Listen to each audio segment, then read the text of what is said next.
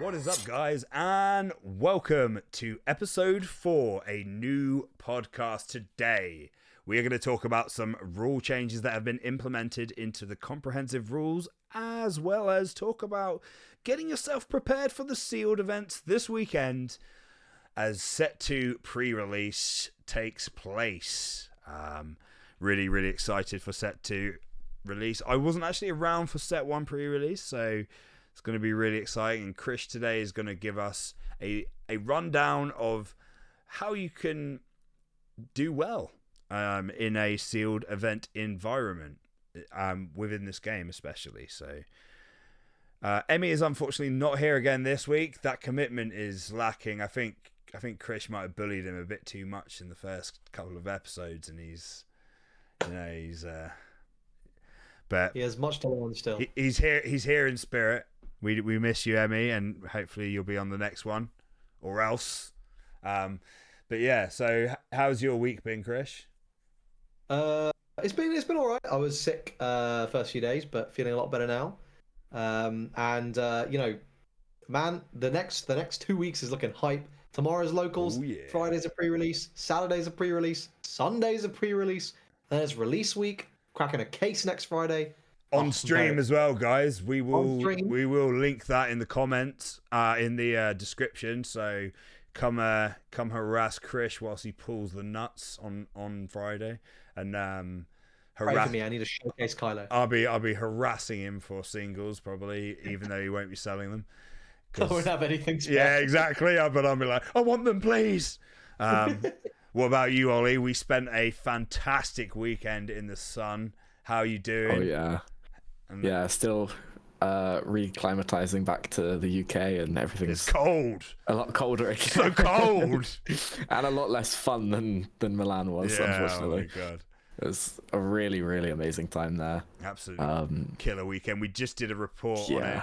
We did a little report on it on the Nexus podcast for Battle Spirits. So if you're interested in seeing some debauchery and madness, go and check that out. But yeah, no, really, it was a really great weekend. We had a lot of fun.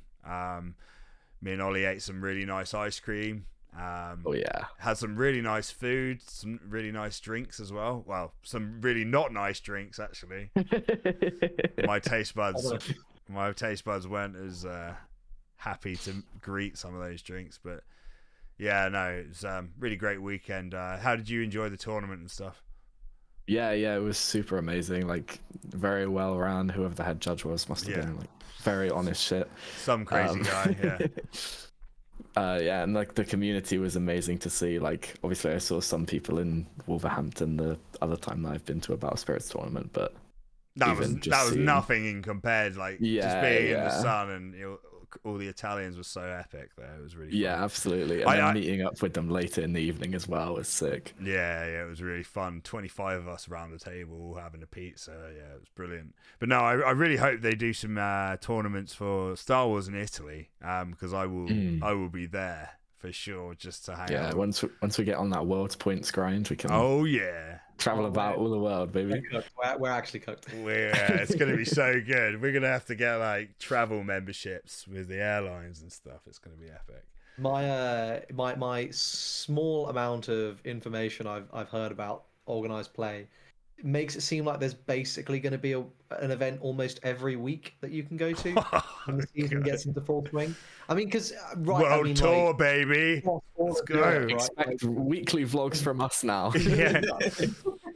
We're gonna have to, just to try and make ends meet to survive, if we're gonna be playing that many tournaments. But yeah, no, really excited for the future of the game, and what better time to start a podcast? I can't wait to start doing the competitive play and seeing where it takes us. Honestly, really excited. So we're gonna talk about some rule changes, and then like I said, Krish is going to give us a nice big rundown on sealed, which I kind of need as well. I've had a little bit of experience. We did a bit of draft at UKGE, Ollie, didn't we? And obviously, Ollie, you've done sealed in the past. Have you guys done sealed on other games as well, or like what games what games would you say in the past have been fun for Sealed for you? Obviously, this game for me is very fun because it's quite an open way to play. But what games previously have you enjoyed? I've enjoyed a lot of earlier Masters Sealed. I think Masters Sealed nowadays is not really great. It's not really. Yeah, it's so archetypal. Earlier on, it was super fun. Oh, that's fun.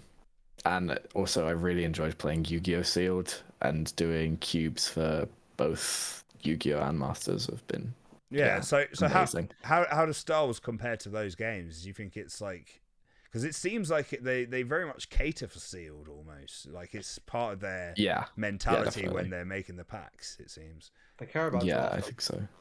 I think Star Wars is a lot less like high rolly, as opposed to games like Yu-Gi-Oh! Or Masters. Like if you pull, Vader or something, it's not necessarily going to mean that you win the tournament. You have to build the best deck with the cards you have and play the best that you can. Yeah, I mean 16 cards to a pack as well, isn't it, or something? I think 15. The bases. Yeah, the base doesn't count. Yeah, but in a lot of other games, it's if you high roll some of your packs, you just win. Yeah, I feel like Masters is always that way in pre-release. To be fair. Yeah, if you get a 20k Z leader and the matching leader in Masters, you just win. It doesn't matter if you're a trash player. Yeah, or an SCR sometimes can just pull it out. True. But yeah, what about you, Krish? How do you think Star Wars compares to other games you previously played Sealed in? So I'll tell you one game that I think has a really, really bad Sealed experience, and that's One Piece. And I think there are like two things that this game does that make it three things that make it a billion time better experience. The first is they clearly designed this game with draft in mind. So on some level, they balance rarities based not around not just around like power level, but also like around how often you're going to see the cards, which I think is like a major factor in how it feels to play Sealed. The second thing is the packs are like much bigger, so you tend to have like a much wider selection of cards. In One Piece, when you turn up to a Sealed event, like the deck building is almost non-existent. Basically, like you kind of just cobble together like your best selection of like cards that aren't obviously terrible, and off you go. And then the other bit I think that is the biggest differentiator is in One Piece you can use any leader, which was cool initially until we realized that like, oh, there are some leaders that are very obviously insane in a Sealed environment, right? Like if you have leaders that can like restand and do multiple attacks in a turn, there are leaders that like stop your opponent from being able to attack, and those leaders are and all color restrictions and things are gone in One Piece Sealed as well. Oh wow! Because okay. it literally wouldn't function, right? Like because you have random packs, right? You that's a bit of a cop out then, really. It sounds like they haven't thought about it at all. It's really, really bad. So you basically have this format where there's about 3 viable leaders that are like S tier leaders. You show up, you hope you open something decent, and then there's all the usual RNG you have in One Piece anyway. And none of that exists in Star Wars, basically. And I think that's what makes it like already you have a fairly skill-based game. But then on top of that, like you have a lot more cards to choose from, right? You're getting 6 packs, but that's going to be what, like 96 cards? Yeah. Bases. So like 90 cards to. Sorry, your maths was correct. There's a quick maths from big O notation. Well, you actually get 98 if you include the 2 foil pre-release leaders exactly. That's another thing that's actually really impactful. Yeah, they are legal for the tournament. You always have backup leaders. That is the case, right? They would be legal for the tournament being in the kit. Yes, they are. Yeah. Okay. Well, that's really, really, really good, and the kits are really nice as well. You get like a little deck box. I know we all have our own fancy deck boxes, but the fact that you could get that and you get some tokens as well and that kind of thing, it is a nice little package. And as far as I know, I don't know if it's like a myth, but the pull rates are kind of fruity in these. I've heard they are boosted. I've heard like on the aggregate. Like I don't know how that can be proved or disproved, but like a lot of people seem to get some heat, especially some of our friends in our chats. Ollie, some of those guys have had crazy luck. The thing I'll say is boxes are mapped, like not mapped, but like predetermined to an extent. like if you pull a legendary, you know with certainty what like there's basically like a grid. You can find this out if you literally go on like Reddit. Yeah. Like there's basically a grid, and you pull a legendary. Like let's say you pull like a Darth Vader, you put it on the grid, and you go, well, I'm either going to get one left, one right, or two left. And then yes, that's my base rarity legendary is done. I know what it's going to be. Whereas the pre-release, because it's all random, like the mapping doesn't really happen. And I think that's potentially why there's boosted pull rates if it's like totally random. Like it'd be you don't have this interesting. thing where, like, It'll be you interesting can- to see if the this chart thing happens with the next set if it's so predetermined. But I'm sure it will be. It's happened with set 1 and 2, but set 3 maybe they'll Adjust stop doing it. Yeah. Yeah. I mean, it'll be interesting to actually know how the factories work and how they determine this stuff. I'm assuming they're just running the same print run constantly, which basically leads to a repetitive nature of boxes. It seems quite consistent though that you either get 3 or 4 legendaries per box, depending on if you get foil or. I think it's also I understand the logic because you kind of if you choose which legendaries you're getting, you can kind of ensure that no box feels bad. Right? No box is going to feel amazing, right? You're not going to get a Boba Fett, Darth Vader, Vigilance box, right? But you're also not going to get like triple black one Mace box, Windu right? or something. Yeah, like Yeah. Mace Windu black one, like and some other random jank legendary that like is going to feel really bad to get. Command. Yeah. Command's a good card. Yeah, Command's a good card. but in that combination of 3, it's not what you want to see. Yeah, it's fine right now, sure. All right, so yeah, we'll get back onto Sealed real soon with a demonstration on deck building and choices. But let's get into the news today on the update on comprehensive. So they have done a stream today which explains all of this stuff, but we will just go through it to, have a bit of content here, really. So yeah, the release of our new set, Shadows of the Galaxy, coincides with the first ever update of the comprehensive rules for Star Wars. As such, we've asked our Rules Admiral, Ryan Serrano, to introduce changes you can find in that document, as well as discuss some rationale behind the changes. And yeah, we're just going to go through that now, really. So we've got this first part with Bounty and Smuggle basically being able to stack, essentially, which is kind of an interesting ruling. I don't know if you guys have much thoughts on that. So essentially, if there's multiple bounties on a target, you'll be able to trigger them all. And I think that there's another rule in regards to smuggle. If there's multiple smuggle costs, say for example you're using the card tech, and the cost is different to the smuggle cost on the card, you can choose which smuggle costs you pay. You don't have to pay them both, which is pretty good to know. This is the big one, and I'll let Chris talk about this because I'm sure he loves it. So leaders units are now considered to enter play when they are deployed and leave play when they are defeated. So discuss. Yeah. So I think Ollie and I, as Boba enthusiasts, probably instantly read this and went, "Oh, interesting." So just very briefly before I talk about this, most of the rule changes are just like adding in the new mechanics, explaining how they work, tidying up like the rules document, making it more easy to read. Which is really good that they're revising it and taking that so seriously. Yes, definitely good clarification. They have the tournament rulings coming in 2 weeks as well, which is really great. No, that's I think that's also the tournament like organized play news. Yeah, like, I think that's one. The OP news. Oh, okay. That season and stuff.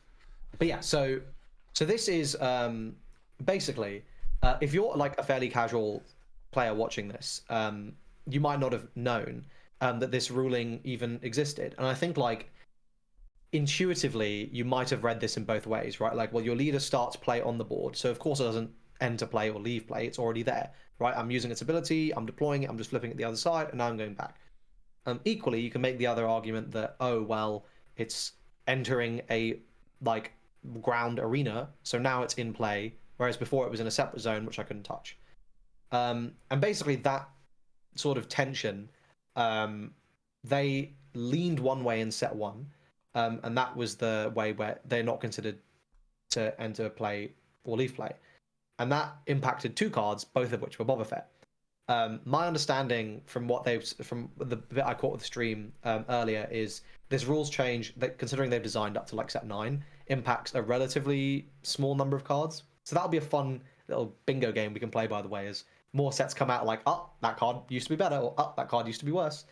But so Boba Fett unit, so this is the 3/5 cunning villainy unit, said when you attack an enemy unit, if it did not enter play this turn, and it's exhausted, you immediately deal 3 damage to it. So what this meant was if you had a Boba unit on the board, your opponent pretty much couldn't deploy their leader because you would no good to me dead it and it was gone. You would just swing your Boba, or even you just let them attack with it, and then you would swing your Boba into it, instantly deal 6 damage. If you have a shoot first, that was 7 damage, bang, leader's dead. And that was a huge threat. That now doesn't happen because the leaders are treated to enter play that turn. So you have to wait until the next turn to snipe them down with the Boba Fett unit. Ollie, I don't know what you think about this individual change. I don't actually think it's a massive nerf to Boba Fett unit, but what do you think?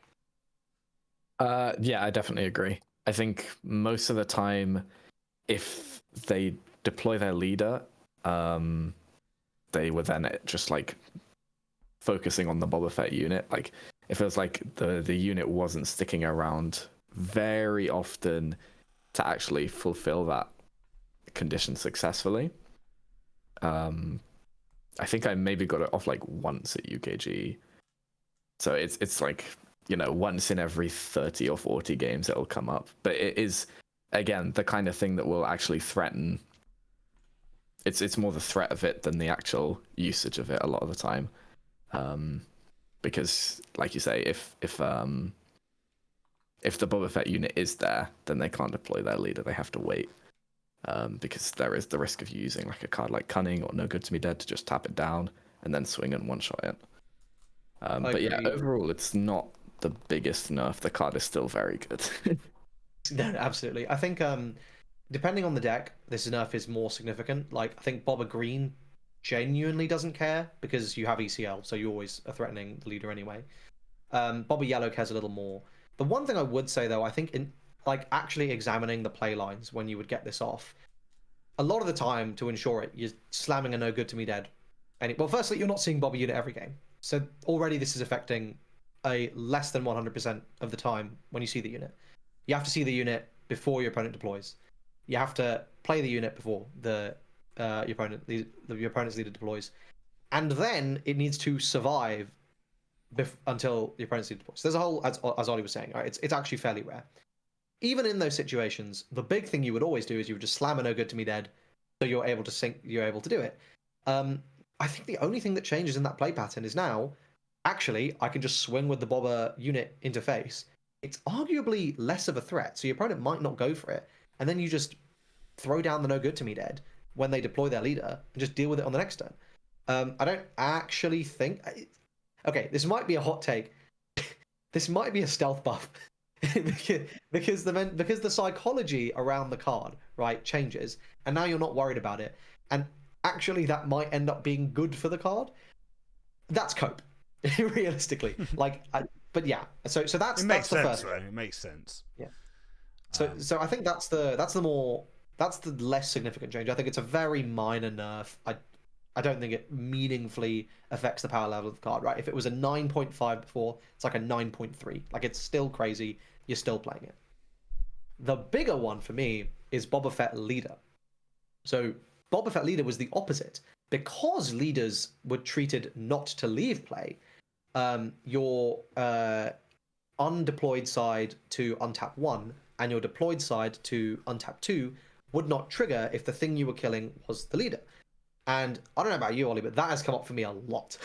Oh yeah, 100%. I mean, to be fair, a lot of a lot of players didn't even know that was the case with the leaders. They may have just been playing like it So did yeah, untap, so people would untap too. I mean, even in me and Ollie's testing games early on, which are on the channel if you want to go check them out. Incidentally, we made that mistake just from not knowing. And they have mentioned that, like, intuitively, people just don't know that is the case, and generally, people actually think the leader comes in and out of play. So it seems like they've done it to kind of just make it a bit more the obvious path almost. But what do you think of that change? I do think generally it makes the it's more gameplay intuitive around the leaders a lot more intuitive, which is a big point there. And it's going to make it easier for like new players to just come in and play the game how it's actually meant to be played, rather than having weird, almost contradicting rulings. But yeah, when it comes to the Boba leader, it is a huge change. Like, I've had so many turns that have just felt clunky because I can't get the untap 2, but I have to kill their leader. And also a lot of the game, especially when playing a mid-range deck, revolves around that leader deploy turn for both players. And a lot of the time you're trying to take initiative going into your 5 resource turn with Boba, so that you can deploy before your opponent and then threaten like a surprise strike, which pretty much one-shots any leader other than like Iden or Palpatine early on. And, you know, Iden and Palpatine are not early leaders, so you don't really have to worry about them. Yeah. That was the exact thing I was going to say. Like, the number one thing that was so frustrating in Boba Mirrors was, okay, my leader's out, but I have no, if I'm like, if I deploy and you deploy, I have to use my next action to deal with your leader. Otherwise, you're going to get value, and that means I'm not getting my untap. But now I am getting my untap. So now you're only losing out. You're having a 7 resource turn instead of a 8 resource turn, which is still pretty good, guys. The other thing, like, and is the big thing, it's the surprise strike is perfect with it, right? Like, it lines up absolutely perfectly. The other thing is, you can now, with this cute little card called a Hotshot Blaster, if you have a 5 attack unit already out, you can now just smuggle in the Hotshot Blaster, kill their leader, and you get the untap from your leader side. Then you can deploy and get your other 2 untap. So there's like this play line has established itself that maybe didn't exist before, and now you can just do that. So I think, like, realistically, how much does this matter? I think it's a minority of games, but I think Boba Yellow doesn't care massively. It cares for the mirror, but doesn't care massively. I think Boba Green and Boba Blue, like, the closer you get to like running a control style deck where like you actually do need to answer leaders and things like that, this is massive. Like, Boba Fett's armor, I think, like, I don't know, my mind jumped up because of this, because now I'm like, oh, I can like just, now I'm getting serious value. I'm just smacking their leader out of existence. I'm getting my untap anyway. It feels really good. Yeah, I don't know. I think I'm of the opinion that this is like a notable buff, and Boba Fett did not need a buff. It was already really good. Yeah, I mean, there's already a copy pasta going on online where someone's being sarcastic about it, and I'm going to be using that post everywhere I go now. But yeah, pretty funny. What about this nested actions stuff? So have you read into this at all? I think this was no, just. I don't think so. So I'll quickly read it out. So there is one section I'd like to call out in particular, Section 7, Abilities and Effects. After careful consideration, we've decided to change how the comprehensive rules presents and discusses what were previously termed nested actions. In watching the community engage with the rules and apply them to real life situations, we found that our use of nested actions to apply to both nested actions and nested abilities caused many players to incorrectly intuit how abilities, the prompt actions, are meant to be resolved. So consequently, they've revamped this section to no longer use the term nested actions. Instead, we've added a new entry, 7.1.6, to discuss abilities that modify actions and adjust 7.6. I mean, this is quite a lot. But yeah, so I guess they're trying to, in a nutshell, simplify what their, abilities and effects, I guess, with this. I don't know if you guys have much of a. Yeah, it sounds like that was a lot for if I'm interpreting that correctly, it sounds like it's also to just make it clearer for judges when explaining the rulings to the players so that they understand it without, convoluted terms like less nested actions. Yeah. I think that's the big one, yeah. Like, because sometimes like it's kind of unclear in this game, like in what way things are meant to resolve, and I think nested implies like an onion, right? Like you go sort of like the stack from Magic the Gathering or something, right? You go up and up and up, and then you resolve down. Whereas I don't think it actually works like that in Star Wars. It's not like you do the most recent thing and then you go out from there. Sometimes things happen in a different way, and I think just calling it abilities that modify actions makes it clear that you're not like leapfrogging or you're not like doing anything weird like that. It's just modifying the action. I don't actually have any really helpful examples to make this clearer, but it doesn't change. This is not a ruling change. This is just if you want to get nerdy and like really understand like the game mechanics, this is just going to make it easier to understand. Yeah, so I mean, if you guys do want to start getting prepped for judging, the community is going to need a lot of judges because I feel like we're going to have a lot of organized play coming. So get studying that comprehensive, guys. It's 63 pages of joy. It looks like it's very well organized and laid out. So I'm not going to say I'm looking forward to getting into it because that's a lot of reading. But it's definitely important if you really want to play a game at a high level to understand the rules thoroughly, and it's something that I've always done just for my own good, is to learn the rules as deeply as possible to almost a judge level. I don't know how you guys feel about that, like in regards to playing games competitively. I just feel more comfortable, knowing all the ins and outs personally. Yeah, absolutely. I think it's imperative to do that if you plan to be a competitive player. Yeah, I mean, in some games, it's actually in the rules that you have to read the rules. A lot of people overlook that fact, though. Funnily enough, I think like one of the ways that it will come up if you, I'll say if you're never planning on going to an event bigger than at your local store, you don't really have to worry about it. But yeah, if you're planning on going to these bigger events, knowing what is going to happen when you when you decide you're doing something, it is extremely unlikely that you're going to be in a situation where if it doesn't go the way you want it to, the judge is going to come over and say like, yes, you should walk this back. That very rarely happens. Most of the time you've done it, it is what it is. So understanding like exactly what is going to happen in that situation is to your advantage. So either you're going to make the correct play, it's going to work out how you think it is, and your opponent, if you have this knowledge like gap between you and them, they might not even predict that play, and so that's going to give you an edge. Yeah, exactly. As you say, there's no takebacks in these tournaments. So if you have that edge and you know how the basic mechanics of the game through and through, it's definitely an advantage. I think 100%. But yeah, no. So great update on the rules. Like I say, the comprehensive rules has been added. There's loads of stuff about bounty and smuggle that you need to read up on, like what I first mentioned about the effects being stackable and stuff like that. So yeah, get into it. I'm guessing. Sorry, before we move on, I just had a thought about the change between leaders coming into play as well. I'm guessing that'll affect cards like is it Yularen and Fighters for Freedom that ping for one and heal for one? Do they not? So yeah, so a card. So this is potentially where there is going to be some new confusion. So you do not entering play is distinct from playing, and I think that's playing basically. Now, arguably, they should just say it's all the same thing, but whatever. Entering play is distinct from playing, so it won't trigger those cards.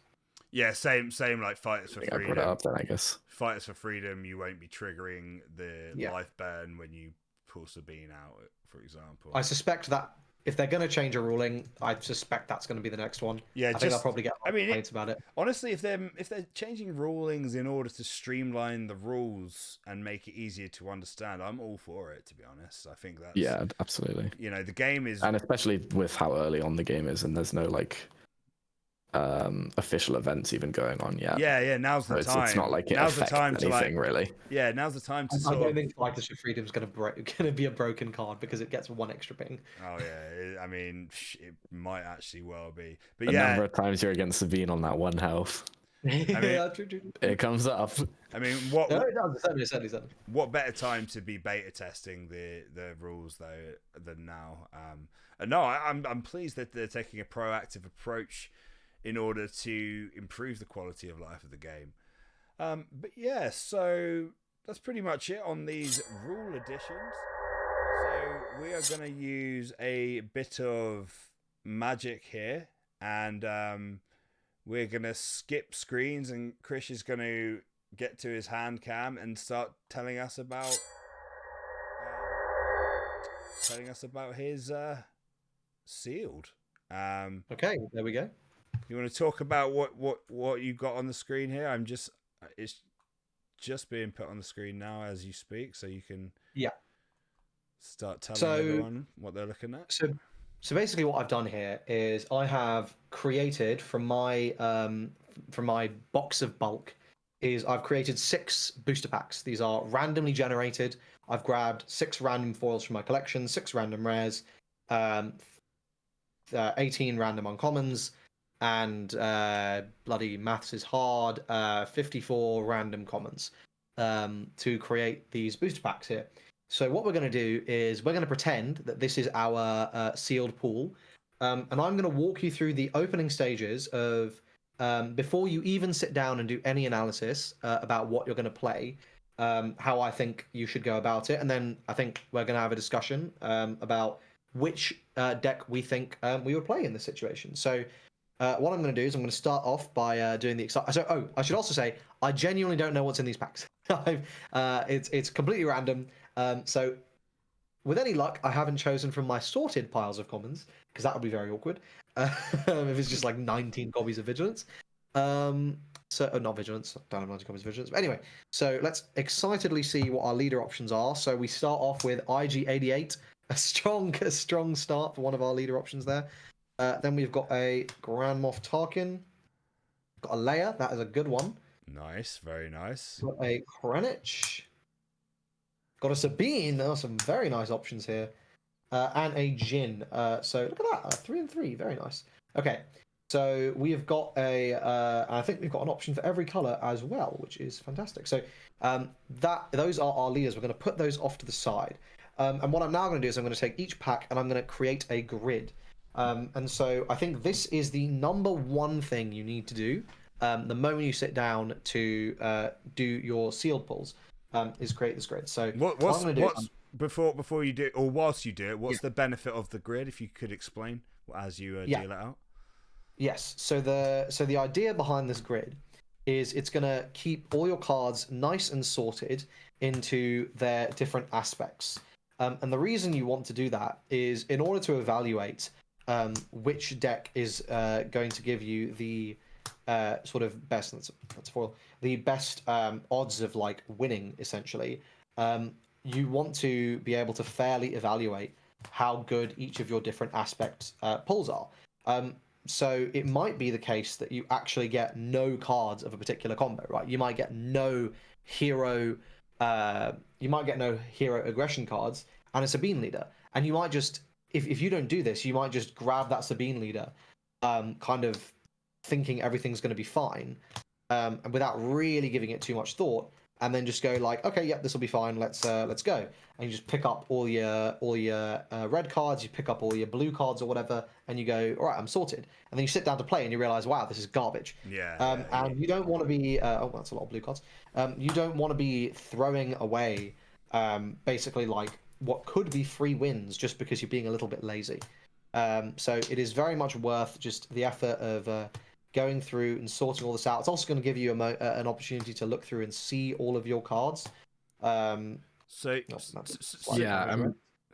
just for people that don't really play at all, or haven't really played this at all, what deck size do you get in, once you've completed your deck? What's the minimum deck size and stuff? Is it the same as regular, or?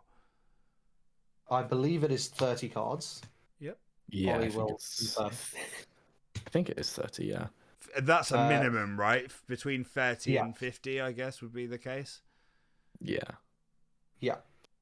I'm very glad that you brought up this grid method as well, because it also happens to be exactly how I go about any sealed events that I've played in. And yeah, like you say, it's great for just. I think first initially it's great for deciding on a color combination that you want to focus on, or a couple of color combinations. But it's also a great way to just see where most of your power cards are within the packs that you've opened. Because if you've opened a bunch of green cards but they're all trash, you can look through them and go, okay, I'm not going to play green this time. Exactly. I will shift these all over a little bit. Yeah, no problem. Yeah, I mean it's fine. So first things first, then you open your packs. In sealed, sealed's different to draft. So draft, you'd pass the packs around, but in sealed, you keep all the packs for yourself. So you guys would suggest opening the packs and doing this grid initially. Obviously, it's timed when you do this. I think you get like half an hour generally for building decks. No time to get hyped over any legendaries you pull. Just sort them into piles. A little bit. Sometimes it's probably better to keep it a secret, huh? Like if you're trying to be competitive in the also event, true. Like, you don't want to be showing your secret weapons too quickly. Start complaining to everyone next to you that you pulled nothing. Yeah, and then smack a dark saber down in on a Sabine leader that's somehow in set 2. Like, whoa, I don't know how that got in there, but yeah. So you finish your grid. What's the next step? Finish my grid, and firstly, I'll say very fortuitously, this was not accidentally sorted, so we don't have 90 green cards, for example. So once you've sorted the grid, you should probably have like a reasonable feel at this stage for which colors you think you're seeing a lot of power cards in. Now, one thing I will immediately say is if you see you've got a load of black cards or a load of white cards, that should make your decision a lot easier, because these, generally speaking, these cards have been very, very good. And if you get a huge number of them, actually, you're probably going to find, even when you select for your best, 2 colors, you're going to be running a little short on good options. You might even be playing stuff out of aspect. So definitely pay attention to, if I've got 10 heroic cards and 2 villain cards, my villain pulls elsewhere need to be pretty nuts for me to be going with a villain over heroic. Yeah, absolutely. Just so people are aware, if they're new to the game, that means that there's no second aspect and it's either just rebel or imperial. And obviously you get generic cards that have no aspect at all, where there's some fantastic cards actually in the new set, including one you were waxing lyrical about last week, the 2-cost ship. Yes, it's crazy. Yeah, so the first thing I'm going to do is I'm basically going to compare. I'm actually going to ignore these.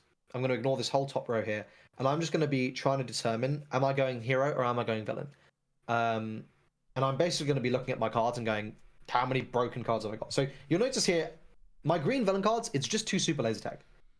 But that's 2. Actually, there might have been a third I just missed there. I think there was, yeah. Yeah, foil one. Yeah. So, okay, I got 3 super laser tags, right? I'm staring at this and I'm going, I need to have some pretty broken, some really seriously broken hero pulls to not take triple super laser tag, because this card is nuts, especially in a sealed environment. So I'm looking through and I'm going, okay. Also, on the flip side. Also on the flip side of that, when it comes to a card like Super Laser Tech, you're gonna want some good top end to validate going for all 3 at least. Absolutely. Though that being said, I think obviously it depends on the leader, but I don't know, if you're just deploying a turn early, that's pretty crazy. But no, I definitely agree.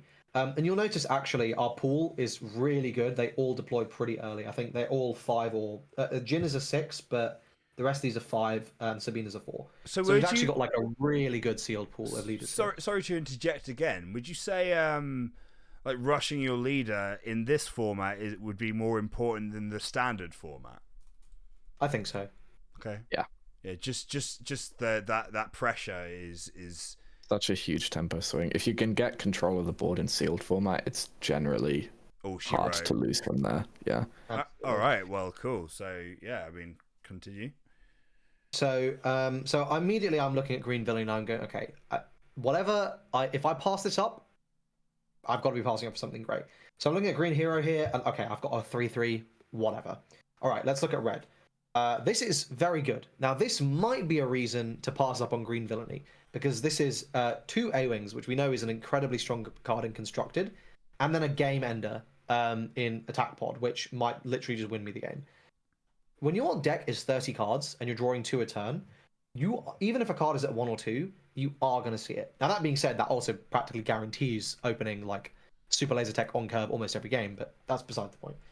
So, okay, now it's slightly more even because there's 3 very good cards here. Well, let's have a look at my red villain pools. Is there anything good here? Well, there's a Palpatine, there's a Ruthless Raider, and there's a Force Choke. Okay, so this is some pretty late game stuff. Maybe I can make an argument for going villainy here. I think the big thing is there's 5 of these cards. But okay, but the options are still very much open. Palpatine seems a very strong choice just because of the nature of it. It's kind of like an actual boss monster, right? Absolutely. Yeah. So now looking at blue hero, okay, so I've got 2 restored arc. This is a 2/3 that restores. It's probably going to be a little annoying to deal with in sealed. It's going to heal me every turn. I think that's pretty good. We get a 3/3 buff on Jedi Lightsaber. Now, this is a card I'm seriously evaluating because, especially in set 1, there is pretty much like 3 cards that are likely to be seen that are going to be able to deal with this card, right? Like, okay, maybe a Confiscate, maybe a Disabled Fangfighter or whatever, right? But otherwise, you can just slap this on your leader, and your leader might just win you the game on its own. And then a 4/6 that comes in with Sentinel is really strong. So actually, I'm looking at this heroic pool here, and I'm going, okay, that's pretty good. These are more really strong cards. And then I look at my villainy pool here, and I'm going, okay, well, this is also pretty good. We got a Chilton. We're gonna have to lean into blue pretty hard to make this card worth it. We got a Del Miko, which is restore on a 3-cost 3/3. We got a 1/4 with grit, a Death Trooper, and Inferno Force. These are all pretty good cards in Constructed. I think they're probably less good in Sealed. I think they're more like sort of combo-y cards. But okay, so I'm looking at blue and I'm going, okay, I've got some good options here. And then finally, we've got yellow. So what have we got here for heroic? We've got a Chewbacca, 3/6 with Sentinel that can untap. That's pretty good. Very solid. A Vanguard Ace. This card could become quite big. A Lothal Insurgent. You can make your opponent draw and discard, sort of whatever, but it's a 3/2 for 2. So it's good stats. And then we've got Rogue Operative, which is a Saboteur that's also swinging in for 4/4. Okay, so we've got some okay. Love that card.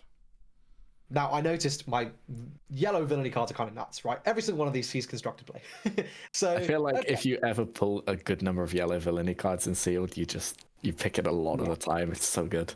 So I'm looking at this and I'm seriously going, okay, this is pretty nuts. If I had a Boba Fett here, I would just be playing Bob Green. I'm not gonna lie. Right? I'd look at this pool and I go, okay, well, getting a Boba Fett out on 4 resources with all these strong yellow cards is pretty crazy. Now, actually, I think I'm in an awkward position having looked at all these cards. And Ollie, you can tell me what you think, and Josh, you can tell me what you think. I don't think I actually have a very clear choice. I think the problem is I think I have a clear choice. If I'm going villainy, I'm going yellow green. If I'm going hero, I'm going blue red at the moment, based on the unique cards. What do you guys think about that? So when it comes to after you've sort of evaluated the grid, what I like to do is look at the leader options because that often determines things for me. Yes. Because like you said, if you'd seen Boba Fett here, it would have been great. You could go yellow green and you could just get super early tempo into the ramp, into just like massive guys, like really good mid-range tools to finish out. But the issue is you didn't see Boba Fett, and I think because of that reason, I'd look at maybe using. I think Krennic had really good tools in the villainy blue stuff. I feel like Krennic with the yellow blue stuff would be great. But then I think on the other end of the spectrum, I think the Super Laser Tech works best with the red stuff you pulled because you had a Ruthless Raider and a Palpatine, and those are super great threats later into the game. And so if you were able to play those, I'd say you'd probably go for Tarkin. Those, in my mind, are the 2 villainy contentions. Yeah, I mean, I honestly agree with Tarkin. That's looking at this. Like, the yellow cards are really good, but the fact that there's 3 ramps, which you're definitely going to see in your opening hand, and the top end on the red side Plus, you got a Star Viper, which is also a really, really powerful card. It just seems like a very nice choice there. Yeah, to me, the identity of those two different options, like each of those different options, have a stronger identity than going for a yellow green. I guess it would have to be Tarkin if you go villainy. Yeah. So I agree with you. I think there's a compelling case for IG, for Tarkin, for Krennic, and for Sabine. I think they're looking at these polls in isolation. I think Leia and Jin are probably out. But I think Sabine is so strong that I'm really seriously looking at Sabine. So now we've kind of narrowed it down, right? We can take Jin and we can take Leia and we can go, okay, we're probably not playing these, so let's put them off to the side. And now we're kind of needing to decide on these. And that's where your pulls up here are going to come into it. You're going to look at, firstly, okay, you can't really see this, but I have the most green cards by like a considerable margin. I have the most green, second most blue, third most yellow, and I have the least red. Red and yellow are about the same.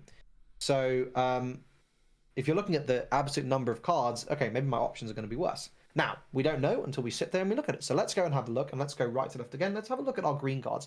So I've got a fat wad here. So I'm going to sort these. Let's grab the space units and see what we're working with here.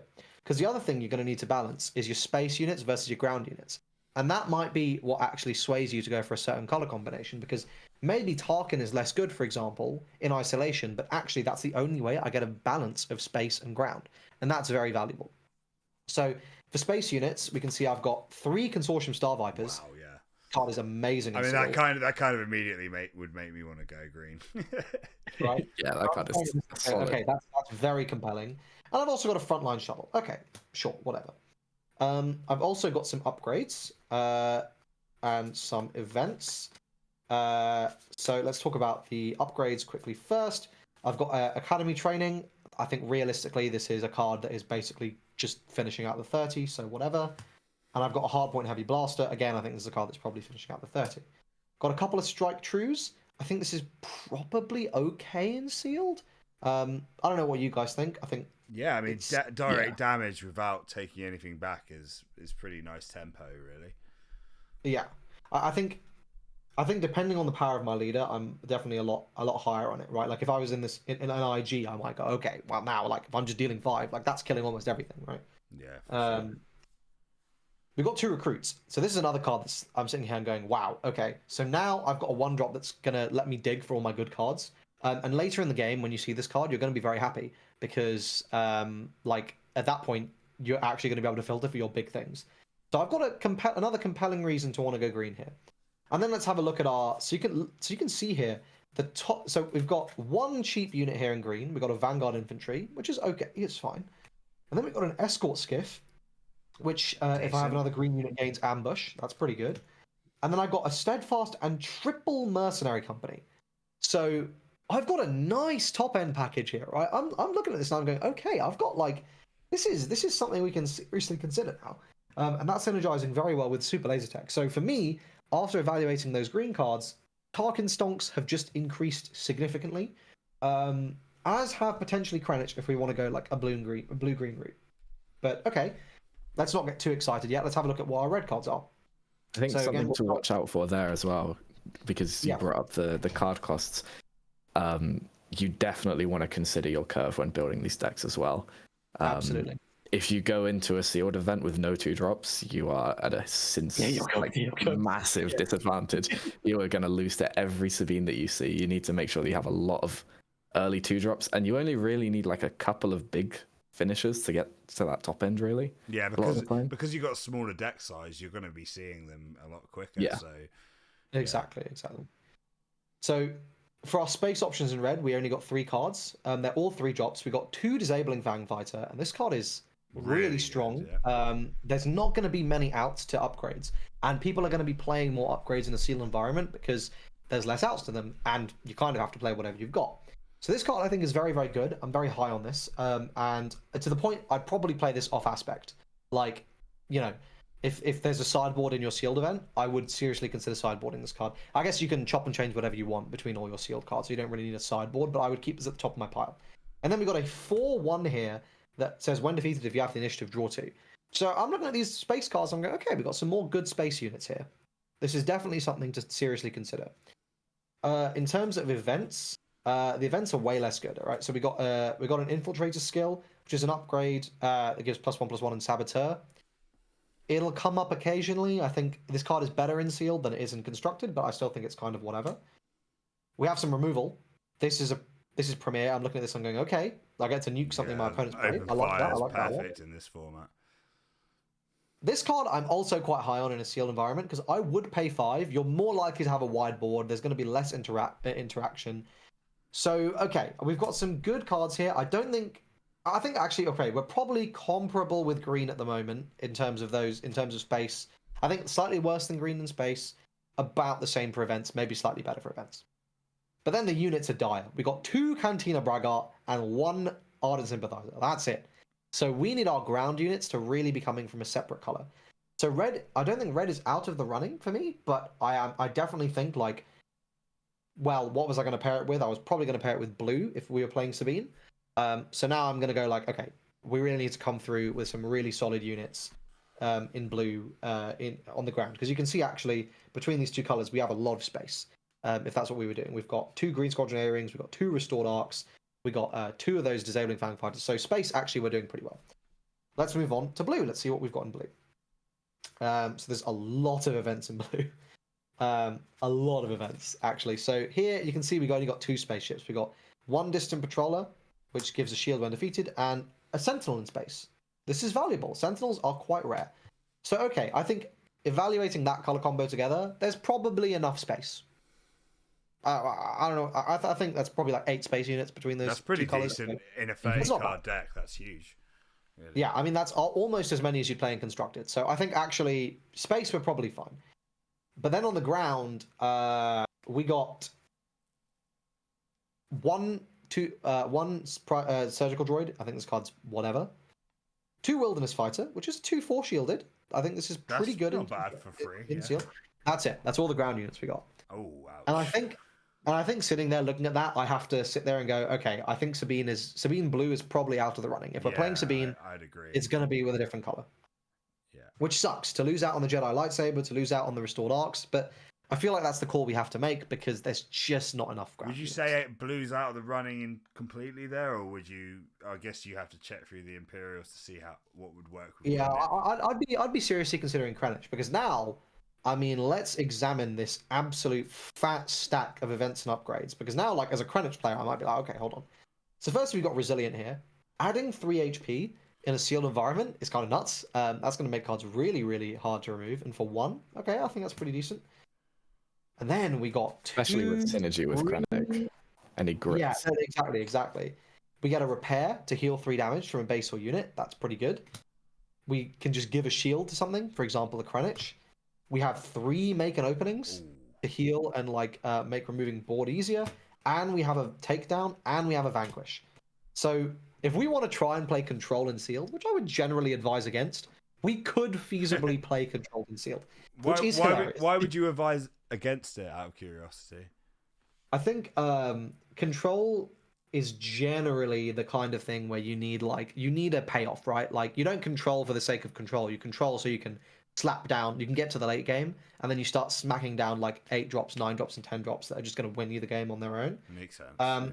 And you may have noticed that we don't have any 7, 8, 9, or 10 drops, which is, I think, the big issue with doing that. Now, that being said, leader beatdown is definitely an option, and hey, maybe it's worth paying 5 for this Jedi lightsaber. Maybe it is. Never rule these cards out. But that's a decision we'll make as we come to our final pile here, so let's have a look at our yellow cards.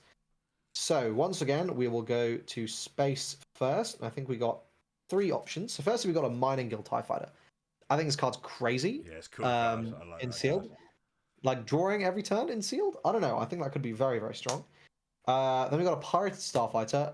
So this card is pretty rough in sealed. I don't know that I'd actually play this. I think I'd be pretty iffy because you have to bounce something. So whether or not you're able to ever actually play it is kind of in doubt. Also, I would flag, we do have 2 ground units in generic that we can use.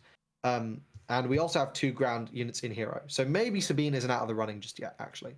Because we have a lot of these generic ground units we can throw in. But anyway, sorry. And then we got a strafing gunship. I'm very high on this card. I think this card's very, very good. Really So cool okay. card, yeah. So we got some good space units there. In terms of the ground, we got 2 crafty smugglers. I think this card's very, very strong. Super good turn 1 play. And we get a syndicate lackeys. Again, a 5/4 ambush. This card's very, very good. Love that card. But not much, not much. And then we get a disarm. I think this card's pretty bad, even in sealed. And 2 shoot firsts. This card's very good. Shoot first is really good. I Yeah. can't sing enough about that card. Pretty much got me in my top. So now, okay, let me poll you two.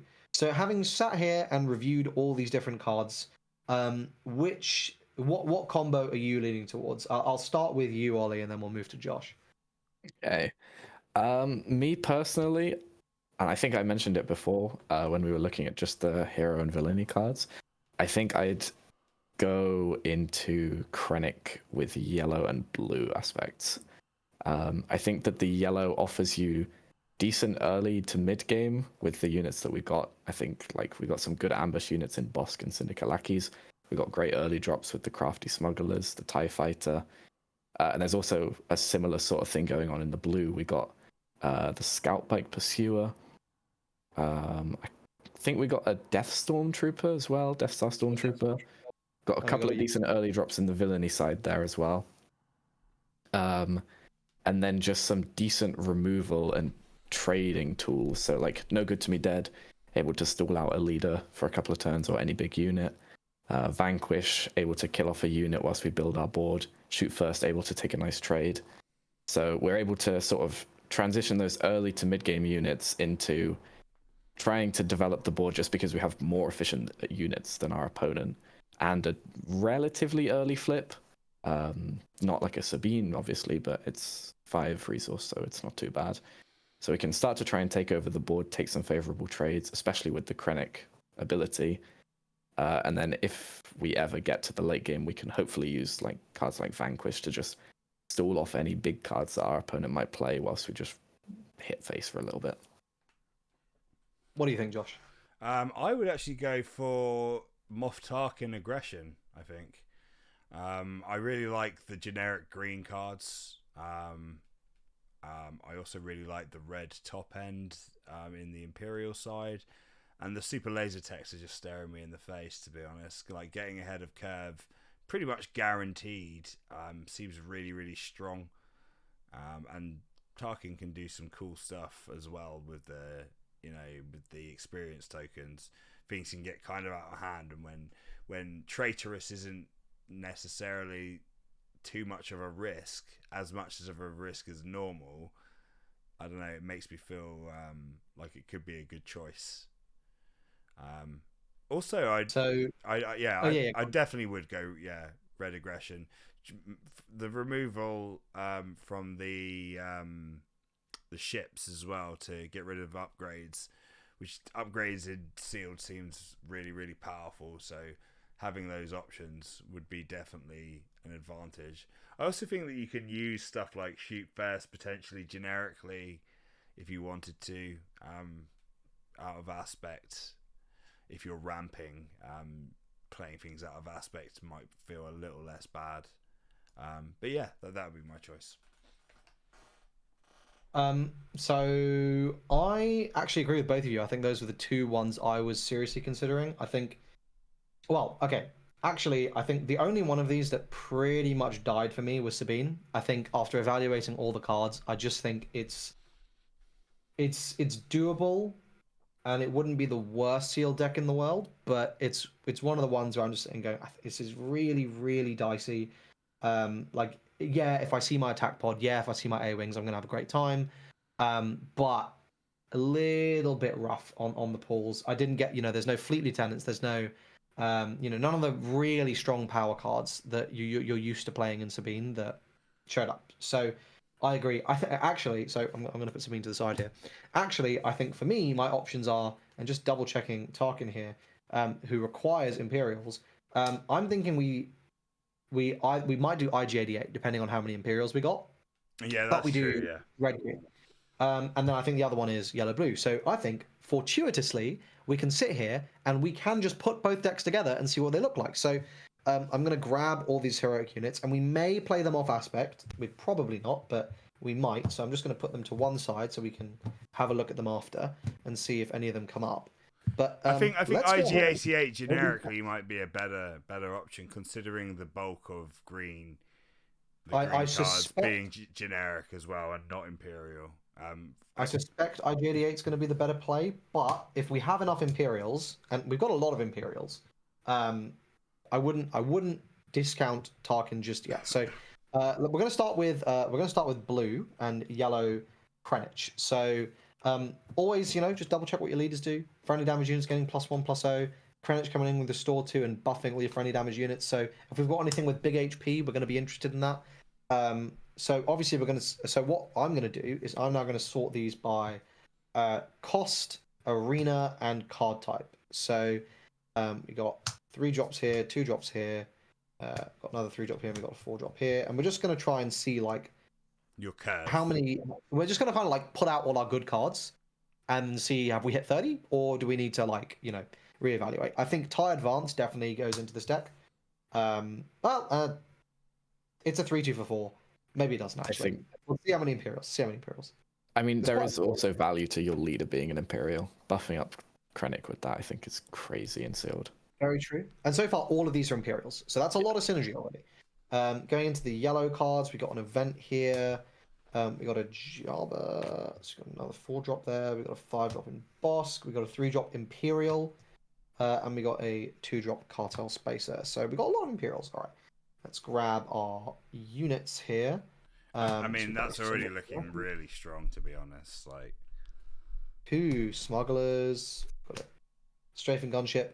I'm going to put this to the side for now because I'm of the opinion we probably don't play it.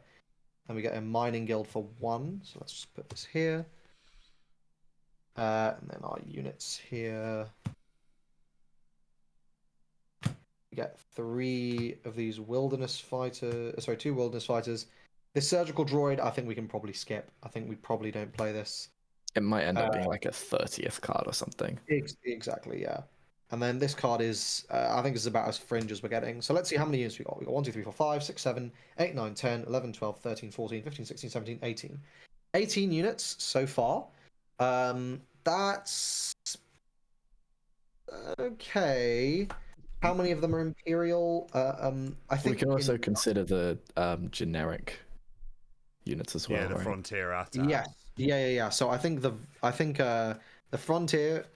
Frontier, I think, definitely goes in because we have actual vehicle synergies as well. Yeah, I think both of these go in, and I think we do play the Tie Advanced. I think that does go in. So you see, we've got a fairly early curve here. That looks nice balance, though. Actually, to be honest, it looks really good. So I think it's 6, 6, 6, 1, and 2. So actually, we're very even here in the middle.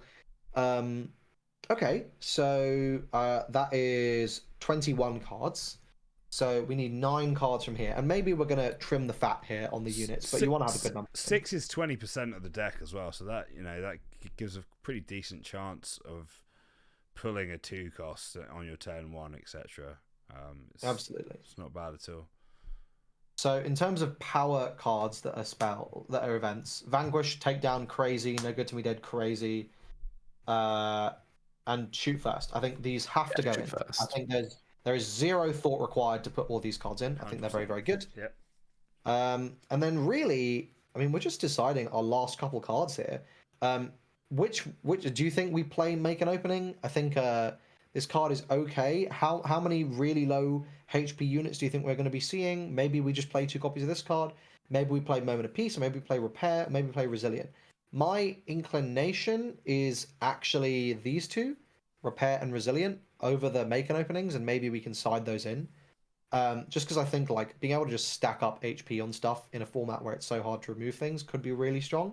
And again, being able to just heal up like your Krennic and stuff, because this guy's coming in with Restore 2. So I am sitting there going, well, I'm gonna win this game if I keep this guy around long enough. I'm just gonna be able to keep smacking face. But what do you guys think? We shouldn't play the Make an Openings? Like, what do you think? I mean, oh, sorry, you go first. Yeah, I was going to say, I think as you're leaning into healing with Krennic,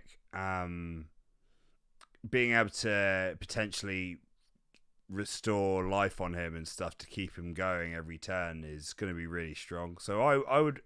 I mean, make an opening also gives you 2 life, doesn't it? If I'm not mistaken. Right. Yes, it does. Yeah.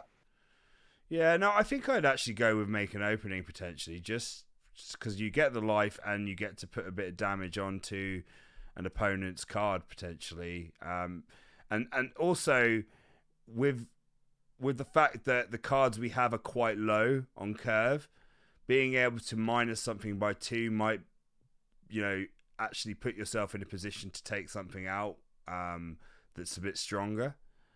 Because obviously, if your opponent has big cards, we won't be able to hit them with many of those units to kill. But yeah, I mean, that's just my view. I'd probably go make an opening to combine that removal with the restore. So my only thing I think on this is I'm imagining my flip turn, right? What's the most powerful flip turn I can have? And I'm thinking if I can play Krennic, and then like give him a shield, that's crazy to me. I think that's really, really strong. Or give him a resilient. If Krennic is suddenly like a 2/10 shielded, I'm thinking like, okay, he's not dying. That being said, how relevant is a 2-attack unit if we can't buff him up? It's a little bit tricky. I think maybe we do play the removal. I think, okay, so my take is I think we keep the Tide Advance. I think maybe we go 1 resilient. I think this card's pretty generically good. Like you're happy to give 100%. anything. One cost is fine as well, really. It's helpful. And then we play 1 make an opening just to add another little bit of removal. And then maybe depending on how it goes, we might put in this moment of peace. We might put in this repair. We might put in more make an openings. Yeah, my take is that you'd play 2 make an opening and the resilient out of those. So we'd need to cut a card, I think. So that's 1, I thought we had space for that. 8, 10, 11, 12, 13, 14, 15, 16, 17, 18, 19, 20, 21, 22, 23, 24, 25, 26, 27, 28. You know what? I was capping. We need 2 extra cards. So I think... so we put them all in. And the other make an opening, yeah. There you go. Yeah. So everyone's happy. Everyone's happy. There we go. So I think that would be our seal deck if we went with Krennic, and we would go for Krennic yellow.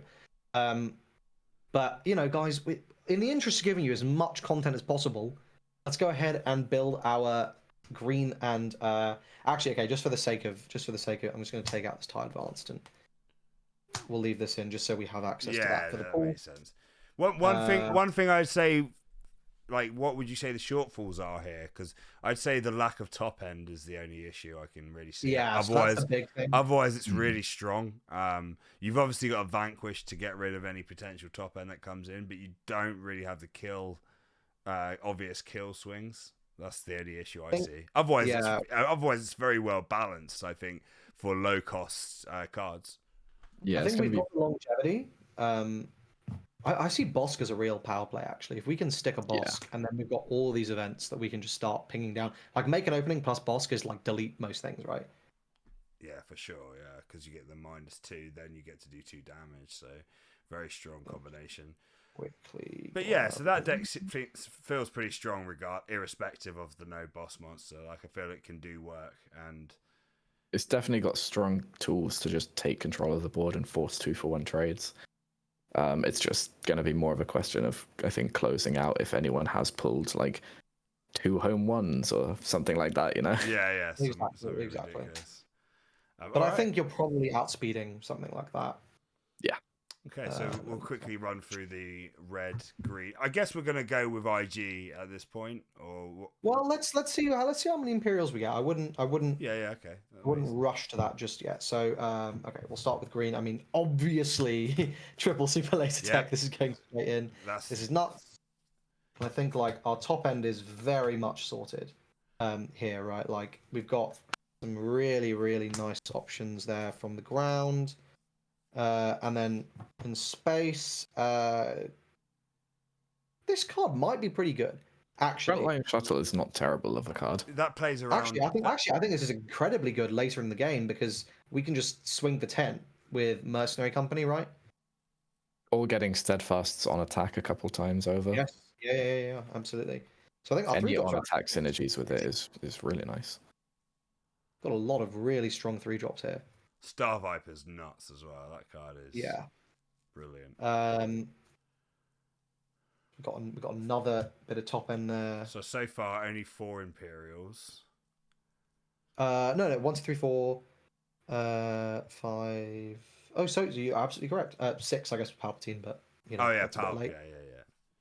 Yeah. I don't think we bother playing Ozzel. It seems too synergy based. I think we might have to if it comes down to not having enough 2-drops.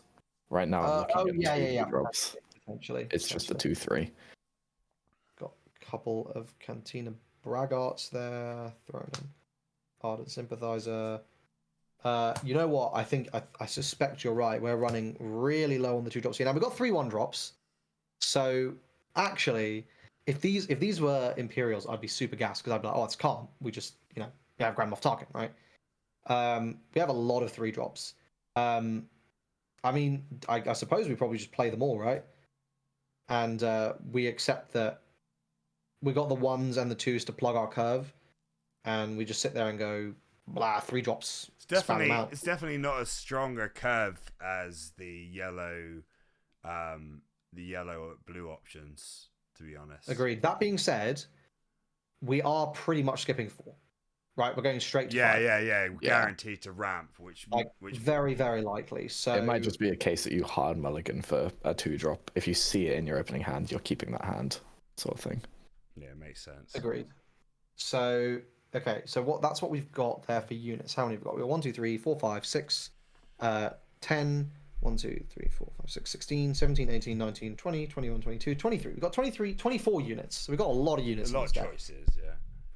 We could potentially even cut some. But let's have a look at what we've got for our upgrades. Okay, I don't think we're playing maximum firepower. Have we got any upgrades worth playing? I don't think so. I think, honestly, I don't really think any of these are particularly good. Maybe. No, I don't think so.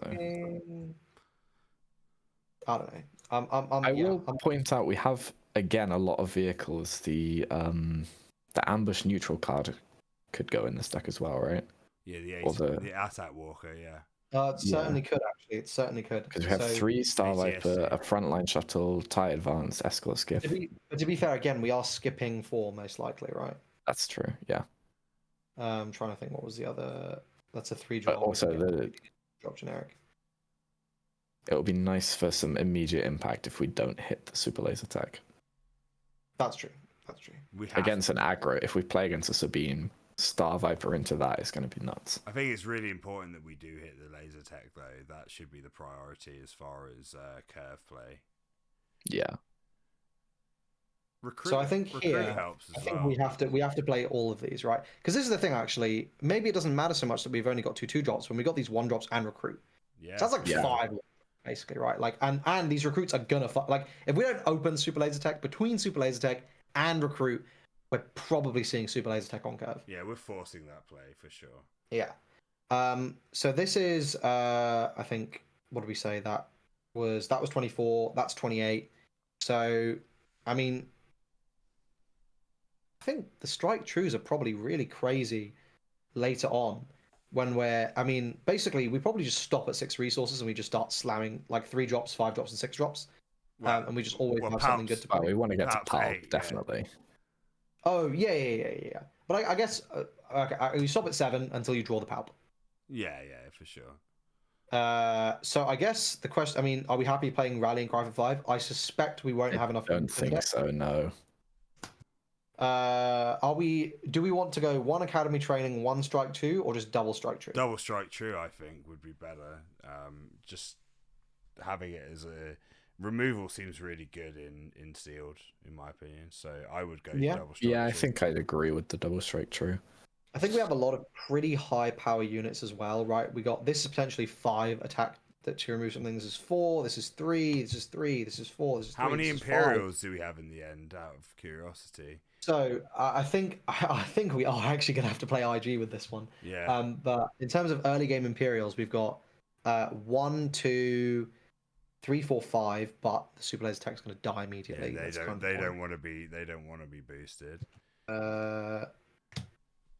6. So arguably, I think we play the TIE Advance just for curve. We could play the ATRT over it. I actually, yes, no, you know what? I agree. We probably do just play the AT over this. I think also it's really important to point out, guys, for anyone watching, the reason why we're being so strict with numbers and sticking to the minimum 30 is we want absolute maximum consistency. In a sealed format, it's going to be very rare that we actually go to the point where we're decking out and taking the -3 damage per draw, unless you're playing like a super hard control deck. And when it comes to adding cards above the minimum, you want to be making sure that the cards you're adding are the same quality as the cards that you've already got. But in a sealed format, that's not going to be the case because you're inherently going to just have cards that are worse than the cards that you pulled. For sure. Yeah, that's good advice, honestly. So I mean, so what do you guys think then? IG or Tarkin here? I'm leaning towards Tarkin just for the lack of Imperials. You mean IG? Yeah, IG. Yes, just to I have a more generic, sort of ability. To be honest, I will say, like, if it's turn 3 and I'm flipping a 5/4, that's scary. Like, that's me going, okay, I'm dealing 5 damage to your face. Everything has raid 1. I can control your board. Like, I think like ramping into something this strong, and then like you also can just go, okay, cool, and here's a steadfast also. And then like next turn, okay, cool, here's a mercenary company. Like that mercenary company, by the way, is ambushing for 6 with overwhelm, thanks to IG88's ability. The Ruthless Raider comes in on 6 as well, and like is dealing damage all over the place. And then you get to Palpatine. Palpatine's just a bomb that's winning you the game. Yeah, that will finish the game. 100%. We also get Force Choke here, which I think is premier. Like this is going to be, this is so strong. This is just there might even be games where you don't see a 2-drop and they play a 2-drop and you just Force Choke it to stay on curve. I think that is absolutely what might happen. You might open double recruit as well, which you're happy with. You go, cool. Find my super laser tech, and also find a 5-drop, or a 6-drop, right? Yeah, like just find stuff for your curve. You can prep your end game on turn 1. That's pretty nice. Well, I think like it's actually a bit nuts because if you open recruit, you are going to be seeing almost half your deck before to find a super laser tech, right? Before you play it down. Yeah, it's nuts. So in conclusion, which deck would you say is the better of the two? Which deck would you prefer to run? Question, right? I don't know. What do you think, Ollie? We'll start with you. I think personally, I'd have to stay true to my gut. I've pretty much stuck with the yellow-blue Krennic the whole way through. I think because of the curve issue that this deck has, I think it's slightly better. But it is a very close call. Like this deck definitely has much better top end. If you can get to that top end, then it's going to be very hard for you to lose the game with the amount of big stuff that you're slamming down that's also removing the board at the same time. And I think that's also the thing about sealed is there isn't necessarily always one correct answer or one correct deck that you build from your packs. Like you're going to have options, and it's just kind of the case of focusing on which options are maybe better out of the rest, which we have obviously found out these two are better than any other options that we had. Yeah, I mean, in conclusion, I'd probably actually go with Krennic as well. Switch mainly for the curve reason. Having more 2 costs, more early game pressure seems like stronger because I feel like these sealed games probably finish a lot quicker than standard would, as people are a lot more focused on just hitting face and getting the job done quickly. Sorry. No, you go ahead, and that's pretty much all my thoughts on the matter. I'm going to be contrarian, and I actually am super in love with the IG88 deck, and the reason for that, I think, so the Krennic deck has amazing curve, but I think if you lose board as the Krennic deck, you just lose, right? Like you don't really have the late game bombs, and the moment you start falling behind, like Krennic is fine, you're restoring. He's a 2/7, he's big, but okay, he's a 2 attack, like whatever. Whereas I think IG, I'm imagining like pretty consistently, you're deploying on turn 3, you're bringing out a 5/4, and then you're slamming down a 5-drop or a 3-drop and a 2-drop or a 4-drop and a 1-drop, right? So you've built like a very scary board. Your opponent's definitely not going to be able to manage on that turn. The next turn, you're playing down very powerful 6-drops. And then every turn, you're playing so many 3-drops that, like, you go to 7 and you just go 3-drop, 3-drop, 1-drop, or 3-drop, 3-drop. And your opponent has to sit there and go, okay, okay, okay. And they need to deal with all these cards, and you're applying so much pressure. And then when you get to your Palpatine bomb, which you are going to draw, right? Like, you're going to recruit into the Palp, or you're going to, like, you know, like, it's going to happen. Like, by resource 8, even if you've skipped a resource, right? So that's 5 turns of drawing. You've drawn 10 cards from your deck. You've started with 6, so you've seen 16. And if you see like 1 recruit, you've been through 20 plus cards of your deck, right? Like by resource 8. You're very likely to have seen the Palpatine by then. And if you see both recruits, you're practically guaranteed. So yeah, I think IG88 will apply a lot of pressure, and also I think it's probably more high rolly, but I'm playing if it's a best of 3 one, like yeah, I'll take the odds on a high roll. Well, I mean, high roll is a lot less high roll when there's only 30 cards. So well, I mean, exactly. I think both decks are really great. I agree though. I agree. I think both decks are really great and both have appeal. Yeah, I mean, it's a tight one. I could be swayed either way. I think both decks actually got created in a nice way. IG88 could have got more 2-drops, but I think that's the only thing really holding it back.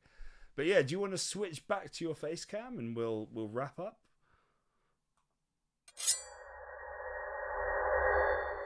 So yeah, thank you very much, Chris. That was really great. And putting that all together, that's going to help me a great deal, I know, this coming weekend. And yeah, really great results, I think. So yeah, I'll do a quick question time on the round before we finish up. We have overrun a bit, but I think the content's been really helpful, so it's fine to overrun in those instances. My question time on the round is, what card do you most want to pull in sealed this weekend, guys? I'm gonna go first, and I'm gonna say tech. I want tech. I want to pull tech so I can just start smuggling things, and people be like, "What the hell's going on?" But yeah, what about you guys? Having more options seems nice, and being able to put everything as a smuggle might be quite fun in this format, I think. I'm going to give you the most cop-out answer. And by that, I mean I'm going to give you 2 answers. If by card you want to pull, you mean leader, anything red, I think the red leaders are cracked in this set, and as long as you get something decent, you're probably going to be cooking. And if you mean just like actual card, like a surprise strike, I feel like that would be the card's pretty good. Surprise strike. Yeah. Or a dark saber. I mean, like a dark saber, realistically. Cheeky crypt dragon, maybe. What about you, Ollie? I'd be pretty happy if I could play the Boba leader and play Boba's armor in sealed, and just sit there with this unkillable dude. Yeah. And then someone drops the tap 6, kill any unit. yeah, exactly. So, very briefly, actually, just as a final tip, I know we're overrunning, but the number one thing you can do for yourself before going into a sealed event is just read the card pool. Just sit there, take the 20-30 minutes it's going to take you, just read all the cards. You're not going to remember everything, but the big ones are going to stick out in your mind, right? Like Carl was talking about Rivals Fall. Hey, in set 1, you could just load up your leader, and they was probably going to win you the game. You can't necessarily do that in this set because I am happy paying 8 for a Rivals Fall if it wins me the game. Yeah, so just 100%. Be aware. Yeah, and it will also reduce a lot of the time when it comes to actually building your deck because you don't have to read all the cards for the first time. You'll know what ones are good. You'll see that and you go, okay, this is chaff. You see one and you go, oh, this is yes. All right, so yeah. So good luck to everyone that is playing this weekend. I hope this video has been informative and helpful for you. It certainly has been for me. I'm really excited. I'll be playing events in Manchester, so if you are playing any events in Manchester or Stockport over the weekend, come say hi. Ollie, I guess you'll be playing in Bristol, and Chris, you'll be in London. I'm going to be at Dark Sphere on Friday, if anyone's going to that. And then over the weekend, I will be at Leisure in Finchley. So if you're at any of those pre-releases, say hi. Yeah, Fanboy Free and Jesters for me. Jesters are a partner of the Nexus podcast in general for the Battle Spirit side at least. So yeah, come hang out there. And what about you, Ollie? Where will you be playing? I'll be at Excelsior for Saturday and Sunday because I couldn't get a Friday ticket. I mean, that's still Come down good. to London. So yeah, Honestly, I'd be tempted. I mean, I had the opportunity to play like 7 pre-releases over the weekend, but I think there's only so much I can do. But no, really looking forward to the full set release as well. And we will be doing loads of content where we'll be opening boxes, opening our kits for the camera, doing little reviews. Ollie's going to do. He's going to record one of his sealed events and just do commentary basically on his choices and stuff. Yeah, similar to what we did today, but in way real more time, yeah, and actually see how it turns out. So yeah, so thanks you guys again as always. Episode 4 in the bag. It's going really quickly actually. 1 month since we started the podcast now. And yeah, so thanks to everyone who's watched so far, and yeah, we're all enjoying ourselves doing it so far, so lots more content to come. But yeah, we will see you next time, guys, and good luck this weekend. Next week we will be back to give our last thoughts on the sealed weekend we had and talk about how cards were impactful for us, I guess. So see you next time, guys. Appreciate you all.